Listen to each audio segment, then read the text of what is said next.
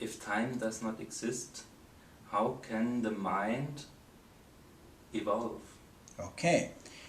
Because time does not exist, the mind can evolve, or anything else can evolve.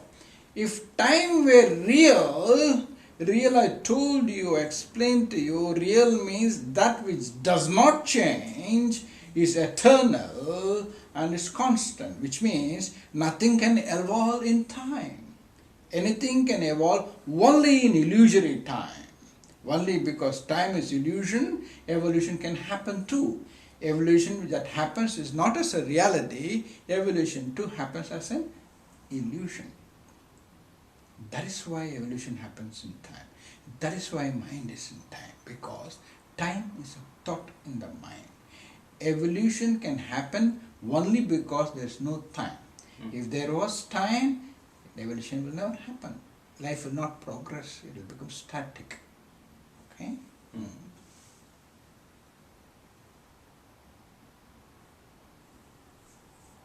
Are you clear? Yes.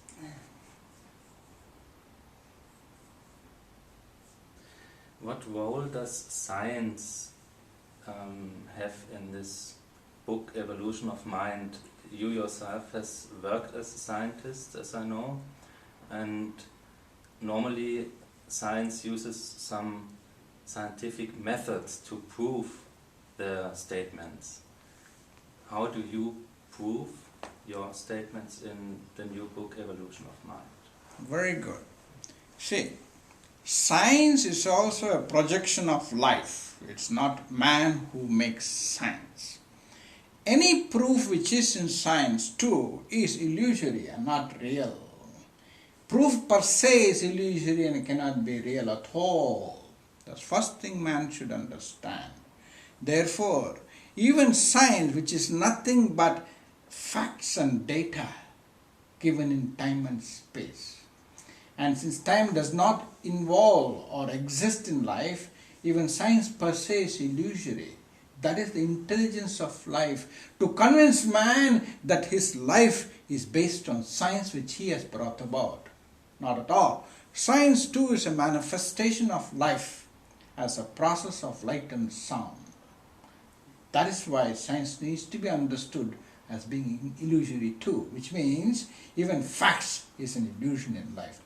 Facts and data are illusory because neither does time nor any world exists in life. That's the importance of understanding what is science. Science is nothing but sound in the mind.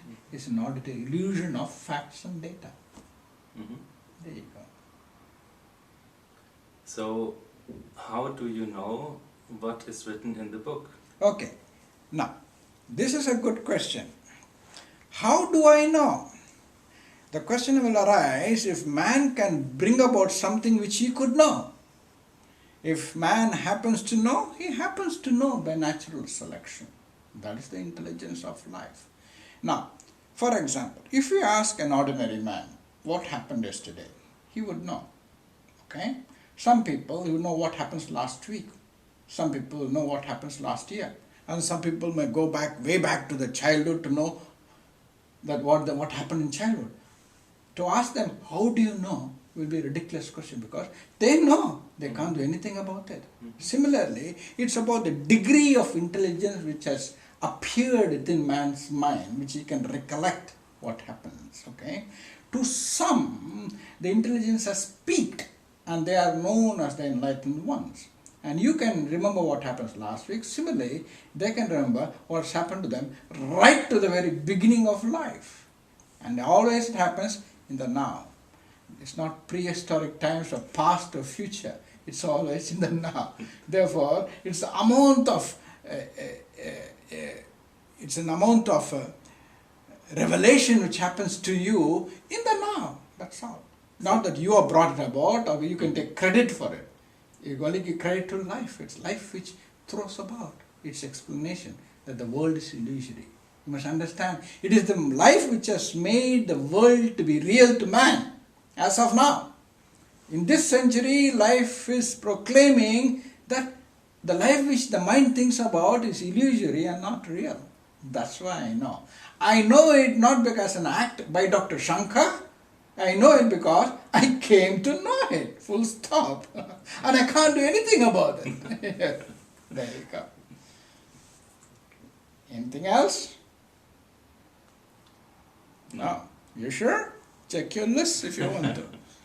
Give him some more time.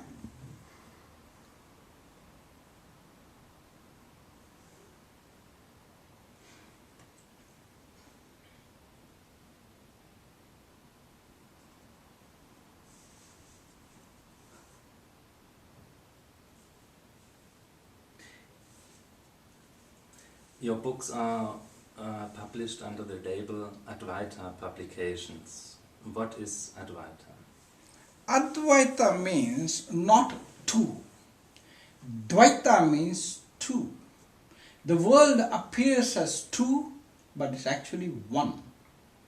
That's why it's called Advaita. Advaita means not two. Not two means not even one as a number. It is just oneness. That's why it's called Advaita Publications.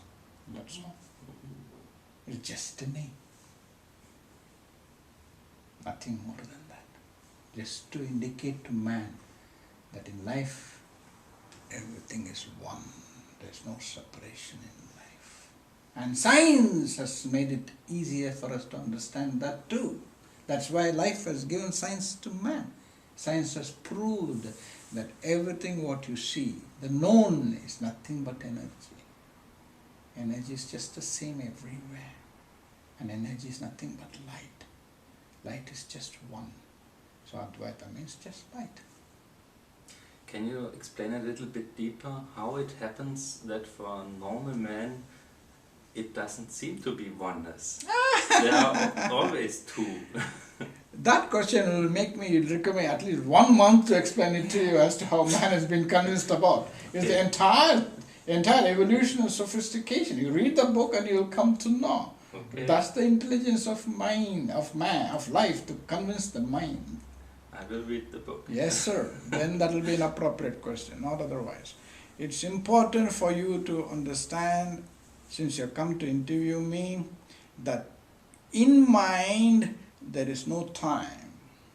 In life there is no time. In life there is no word. In life there is no individual. In life there is no mind. Mind is of life. Mind is a reflection of life. Time is a reflection of life, existing as a thought in the mind. And a thought is nothing but sound. All there is in life is light and sound. And this light and sound projects an optical illusion through your visual acuity and an auditory illusion in the mind. Therefore, mind is nothing but sound, not a physical entity in life. So there is no point to listen to the mind in daily life, is it? Yes, there's no point to listen to in the daily life because life will happen whether you like it or not.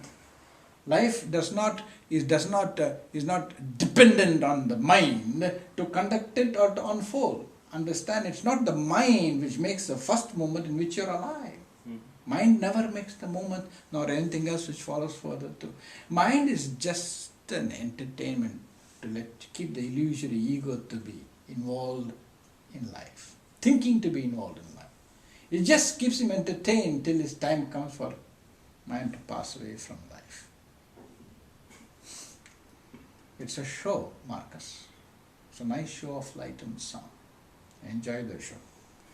Thank you for calling for this interview. That will be all, ladies and gentlemen. Yeah.